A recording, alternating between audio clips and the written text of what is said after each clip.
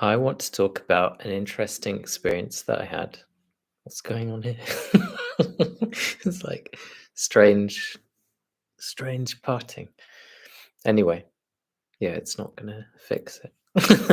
I had an interesting experience this morning with a half marathon that I did, where I was absolutely flying and I felt really good until around the end of the towards the end of the 11th mile, where suddenly, my right arm was feeling a bit tired. So I thought, "Oh, I'll just move my," because I had a water bottle with me to just drink water if I needed to.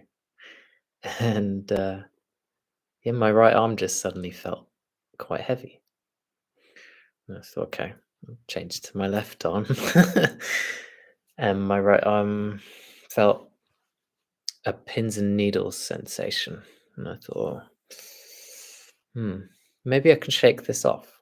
So I shook out my arm to see, if that would help, and then it didn't help, and I gradually had this pins and needles sensation in my right arm. I thought, "This is really annoying because 'cause I'm near the end of this half marathon." I'm at a really well, I felt like it was a decent pace. And I was set for a good time, my first time doing that distance. And my right arm decided to go completely numb, like I'd slept on it or leant on it for a long time, that kind of feeling. And then my right leg started to have a similar kind of feeling. And I thought, okay, if I carry on like this, it's just going to get worse. And at the same time, I had a pins and needles sensation in the back of my throat. And from previous experience, I know this is a warning sign to a more serious seizure if I just continue running. So thankfully, there was a marshal not too far from there. So I instantly stopped myself, stopped my watch because I thought, well, if I'm going to record this as earlier than finishing a half marathon, then at least I can get a reasonable time for a 10-mile run, or just longer than 10 miles. And I'm laughing because it's kind of a ridiculous thing. It's a coping mechanism that I have that I just laugh at these things. And it's kind of absurd just to think about how, when that was happening, my initial reaction was frustration because I thought, oh, I've got so much energy and I've saved energy to for the final push in this half marathon. I was ready to speed up for that last two and a bit miles. I was ready to speed up and really show what I show in a lot of races that I do, where I've always got this ability to power through and to sprint. I've always got that sprinting ability. And so I was saving that up for the end, for that last three and a bit miles, that last 5K. And so my first reaction was real frustration, but then I wasn't concerned that this was anything serious because even though losing feeling in your right arm isn't nice, it is quite scary. And at the time, I kind of lost my speech for a short period when I was trying to alert the marshal, but it came back. It became slurred and then it came back. And that's what can happen. But this is a focal seizure. If I continued to run, it would have got worse. But I'm not overly concerned because I have reflex epilepsy. It's not spontaneous. They're not spontaneous seizures. It's just that, in my view, it's likely that I needed electrolytes So I should have just put some in my water. I would have had to have made them myself or had an unflavored one, which I have from Keto Pro. It's very good. I should have used it. And yeah, live and learn. I've got one in 2 weeks' time, another half marathon. So I get another chance to get a good time and to enjoy it.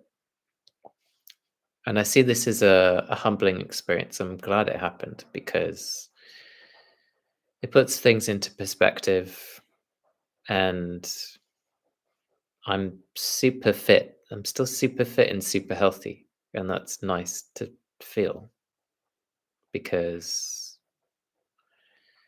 I noticed that I'm a lot fitter and healthier than people who are doing these runs, despite my experience with the focal seizure that I had towards the end of the run. So annoying. But I shouldn't be too annoyed because it's still an achievement. And I recovered enough to be able to walk to the finish from that point where we were close to the end anyway, but to walk to the finish and yeah, complete the distance because yeah, it wasn't that far. But yeah, there is a kind of annoyance, but I'm incredibly thankful that I have the opportunity to do it in 2 weeks' time. And I just generally feel really good. I've learned a lot from it. I've learned to get my electrolytes right. And I've also learned that when I get past that 10-mile mark, that's when there's this shift where my seizure threshold lowers.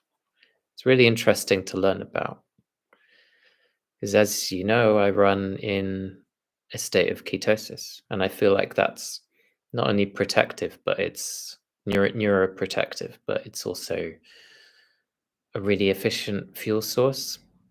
But it seems as if for me, even though I have loads of energy, I may need to start taking exogenous ketones when I get past that 10-mile mark.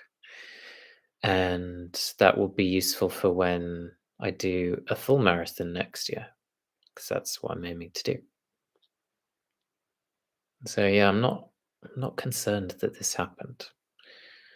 Um, some people might be, but I'm confident that because it resolved as soon as I stopped, and then I was able to continue in a cautious way, walking to the end. I could have probably run the rest of it. But yeah, um,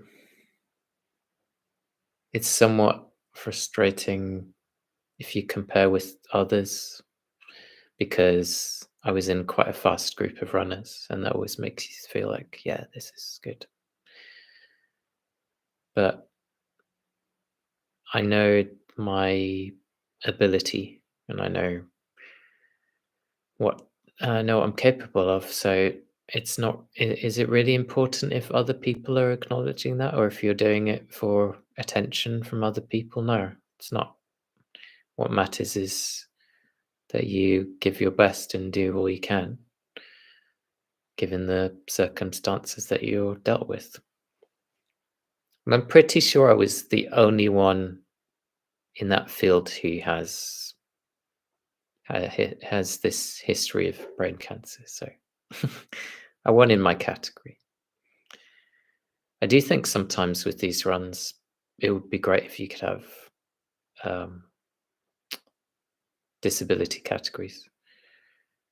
My thinking is my thinking with my words is somewhat compromised at the moment because I had that experience earlier today, and I'm still recovering to some degree. So that's why I'm a bit slow in coming to thoughts in verbal fashion. So Yeah. Yeah, I love my new home. It's great. I love everything about it. I haven't had one day where I felt miserable. And when I was in London, I felt properly miserable a lot of the time, and it wasn't good. I tried not to. It's sometimes you can get exhausted from trying to be positive and trying to be optimistic and trying to feel good. But where I am now, I don't have to try. I can just have this really nice view of nature from my bedroom window, even if I stay inside. And when I go out, I'm surrounded by nature and I can go for walks and do fun things, go to the New Forest, or go other places that are just really nice. Go to a nice beach, or doesn't matter what the weather is, it just instantly makes me feel good. And yeah, I'm happy. I'm very happy. I've got lots of good friends here in a short space of time that I've been living here. It's been half a year now, almost. And yeah, I feel even if things are not going well, I still have good days. So it's not like it's this utopia, this kind of amazing existence. It's just that I feel very content because you can feel, um, you might feel somewhat unsatisfied, but you can still feel content if that makes sense. And I feel very content. So, yeah, even if things aren't going so well, or if I receive bad news about something or someone, I still, I recognize that I'm very fortunate to have my own home and have stability because in my life I haven't really had much stability. And it's these aspects of health that people don't appreciate enough, I feel. 'Cause stability is so important. You can have chaos around you, but if your situation is stable, if you have people who care about you, if you have a stable home, and if you have your health, even if you might have some type of illness, you can still have periods where it's not affecting you. So your general health can be good. I know lots of people with really aggressive cancers who actually their general health is really good. And so, in that moment in time, why would you let that diagnosis consume you so much when you don't feel it? That's what I often felt about people who maybe have the horrible diseases where they're asymptomatic or just, yeah, otherwise they're actually really healthy. You can embrace that. You don't have to dwell on it and you can still do something. You can always do something. So, yeah, I don't have anything else to say really. I've got another marathon in 2 weeks, half marathon. So, looking forward to that. I get another opportunity to plan differently and see how that affects me. Kind of like my own science experiment. I have been for almost, well, coming up to 12 years now. Crazy. I'm a different person now in a good way. Even to, I'm not even thinking about pre and post diagnosis. I'm a different person this year. This year's been the best, I'd say, probably the best year that I've had since that time. Best year in a long time. because I've overcome so much, and I don't dwell on the C word. I'm just enjoying my life and what that brings, and yeah, I have good people around me. It's really important. I have a lot of positive people around, and they support me in many ways. It's great. One thing that people have asked me is just pre-race if I take MCT oil or exogenous ketones or any of these things, but I feel really good before and even just for most races without that. I'm thinking of just taking them for these races that are over 10 miles now, because that seems to be my tipping point where my threshold lowers.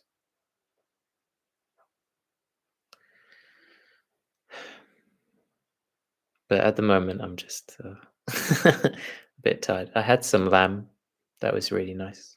That's a good recovery food for me. Lamb and eggs and fish. And we live to fight another day. I think I actually saved myself. If I tried to push through, it would have got worse. So I was saving myself for another day. And I feel really confident. Just I felt it was, yeah, it was annoying because I'd paced it really well, and it's my first time covering that distance, and I felt really comfortable, very fit, very healthy, a good weight. I've been focusing a lot on being overall fit, so I've been working out in the gym with weights. I've been doing calisthenics. I've been doing uh, sprint work. I've been doing endurance. I know people might say it sends different signals to the body, but I do believe you can work in a way that you are able to improve in all those areas. And I definitely have managed that. I also do mostly cross country type running, so lots of hills. My legs have noticeably improved in the strength, and also even the size of my legs, much bigger than they used to be, and that's through uh, just going up lots of hills, really, and sprinting. So yeah, interesting, because people have these ideas about this kind of running, endurance running, but I find cross country running actually, and going up all those hills, really helps. And I feel strong. I never get issues with joints, knees, ankles, hips, back, fine. um, I think going up hills helps with that too, because it's less pressure on your joints. But also, just generally, thankfully, I don't have these propensities to have those kinds of injuries. The only thing that I have had is Achilles tendonitis, but that seems to have resolved from strengthening exercises. Anyway, I'm blabbering now. That's everything. I'm still really positive, really confident, and I've learned so much. I'm looking forward to the future.